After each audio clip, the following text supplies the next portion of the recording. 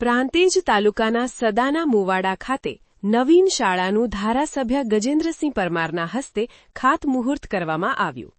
સાબરકાંઠા જિલ્લાના પ્રાંતિજ તાલુકામાં આવેલ સદાના મુવાડા ગામે શિક્ષણ ક્ષેત્રે એક મહત્વનું સોપાન ઉમેરાયું છે.